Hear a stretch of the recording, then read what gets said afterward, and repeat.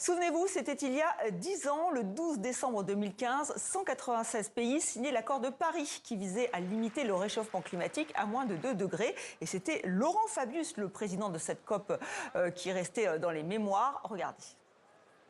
Je vous remercie sincèrement pour votre travail pendant de longues heures durant toute cette session qui nous a permis d'assurer le succès ici à Paris, succès historique de la conférence des Nations Unies sur les changements climatiques. La séance est levée, la COP est terminée.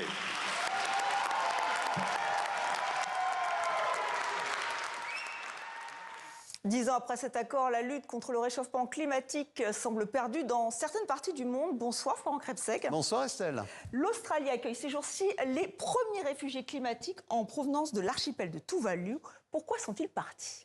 Alors pour bien comprendre la problématique des habitants des Tuvalu, nous allons nous pencher sur une photo. Voici la principale île de cet archipel. Elle se nomme Funafuti.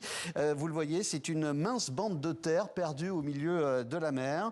Eh bien, une terre sur laquelle l'eau ne cesse de gagner du terrain. D'après des scientifiques de la NASA, dans 25 ans, 90% des terres de cet archipel seront sous l'eau. Alors on en parle aujourd'hui, Florent, mais cette menace, elle ne date pas d'hier. Oui, non pas vraiment. Il y a 4 ans, une image avait fait le tour du monde, celle d'un discours du ministre des Affaires étrangères de Tuvalu, Simon Kofe. Simon Kofe a fait parler de lui lorsqu'il avait envoyé ce message vidéo lors du sommet de la COP26. C'était à Glasgow. Message dans lequel il alertait sur les effets du changement climatique sur son archipel. Une vidéo qui se terminait, vous allez le voir, d'une manière surprenante. Le ministre se retrouve les pieds dans l'eau. Les pieds dans l'eau pour bien montrer l'ampleur de la menace qui pèse sur cet environnement et rappeler qu'il y a de la vie sur cet archipel. 11 000 habitants, un site remarquable, une flore, une richesse culturelle, une richesse commerciale, tout cela étant, encore une fois, appelé à disparaître. Donc tous les habitants vont devoir partir. Comment ça va se passer ?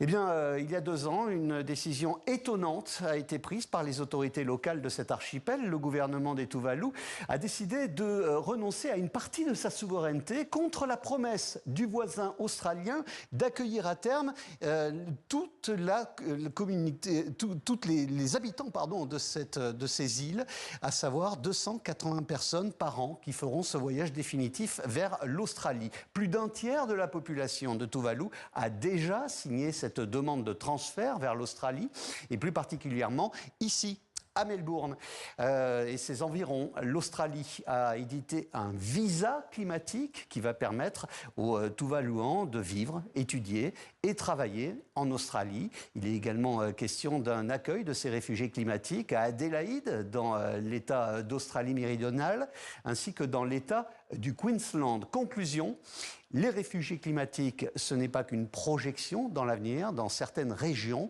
c'est d'ores et déjà d'actualité. Merci Florent Krebsek pour ce décryptage.